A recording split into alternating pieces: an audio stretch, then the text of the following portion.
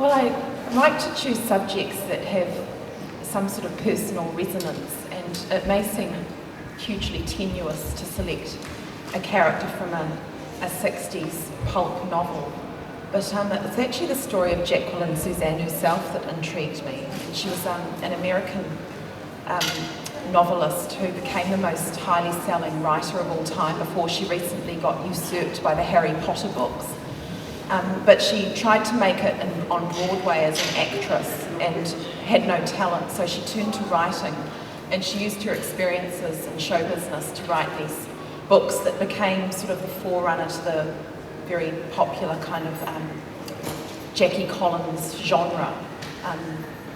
And she struggled for years to get recognition until she was diagnosed with breast cancer and made a pact with God that if he gave her 10 years of life, she'd be happy with that in exchange for being the best-selling novelist of all time. And it actually came true. So although she was quite ill, she wrote these novels, found a publisher, and went on this insanely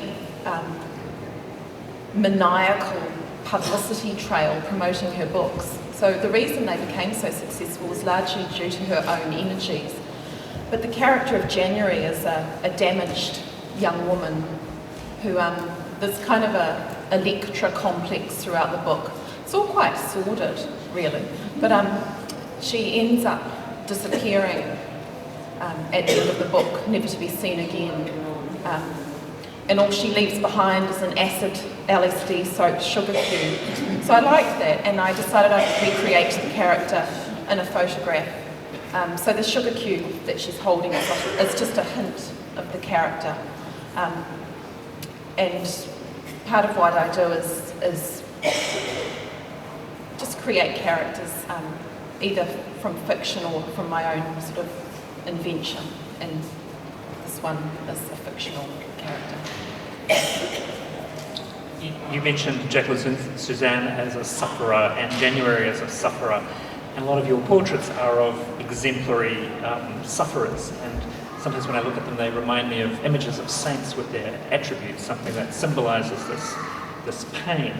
And I wondered how you relate to them as sufferers and how you want us to relate to them as sufferers. Well, I think there's humour to be found in pathos. It doesn't necessarily have to be totally tragic. But I've always had this interest in people whose lives are unnecessarily complicated. So I think they tie in with that interest. But suffering necessarily, it's not necessarily something obvious.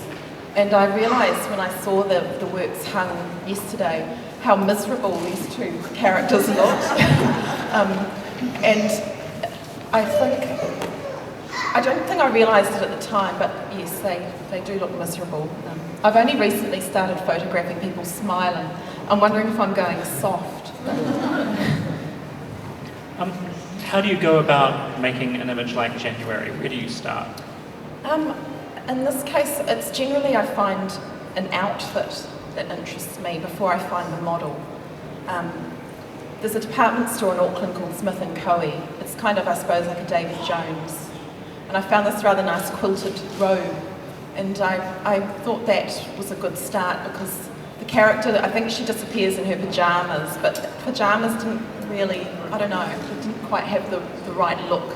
So I wanted something domestic and, you know, bedroomish, boudoirish, without being sort of necessarily overly sexy. Because I do like my models to be quite covered, generally.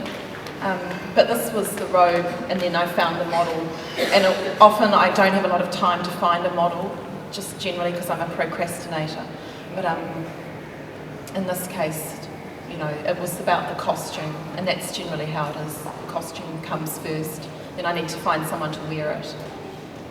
I remember you once described yourself as a lazy perfectionist, yes. And a lot of your images are sort of like quite immaculately put together, but also slightly wrong. Yes. You can see that there's something wrong with the teeth, or maybe the hair is a wig, or the makeup looks too heavy.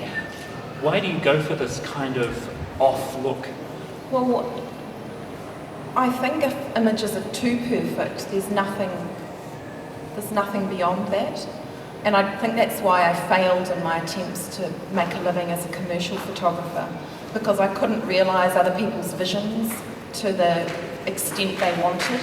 Whenever I tried to shoot, this was after I graduated from photography school, I tried to sort of take perfect images and they always fell short. So it's just, I think it's just how they always turn out. There is always something wrong. And I don't try to correct that, because I think the fact that I shoot in a very unpretentious setting in my living room at home, I like the images to look like they could be expensively produced, but they're not. And just the fact that I don't have a huge production team, it's a very unpretentious operation. I think that kind of just carries through into the image, that there is a limit to the amount of sort of effort and time and expenditure generally.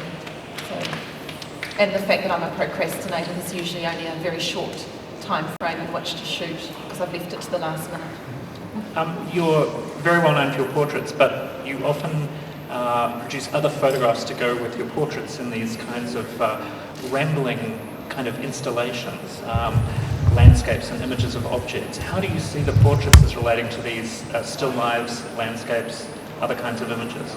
Well, I think I do like photographing objects, but I think the thing that's frustrating about photography is that you're constantly reliant on concrete objects, people, things, places, and they're not easily found often. So when I do get an idea for an object shot, I like to juxtapose it with a person, because it's something other to that sort of psychological element. It provides a sort of a relief to it, I think. And it's always, I mean, I really would like to have, I like to think in some ways that there's a sculptural element to the objects as well, that they're pieces of sculpture even though they're flat images. So it's that kind of desire to create again, yet still as a photograph. Do you mind seeing yourself represented just with portraits? No, because that's what I enjoy photographing the most, people. So it's okay. A couple of years ago, Yvonne was in a show I did called Mixed Up Childhood, which looked at kind of problematic representations of children. She made a new series of work. And after she did that, she produced a series called Vagrant's Reception Centre, and that's what the second image is from. It's called Limpid. All the images are of young girls dressed up to look like adults. And I wondered if you could tell me a bit about what underlay that series. Well, I didn't originally want to photograph children, because I'm actually quite scared of children. I think they can see into my soul, and it makes me feel a bit nervous. But I found these, and this isn't one of the costumes, but I found these Victorian outfits, and they were actually too small for contemporary adults. They were very, very small. So I decided I would photograph children wearing them. And then I found this insane nylon confirmation outfit, I think, maybe. And so it kind of just, as long as there were lots of ruffles and high necks and big sleeves, it was okay. They didn't have to be Victorian. But the reason for that was quite practical. But I like the idea of this sort of idealised child, yet looking forlorn and slightly damaged.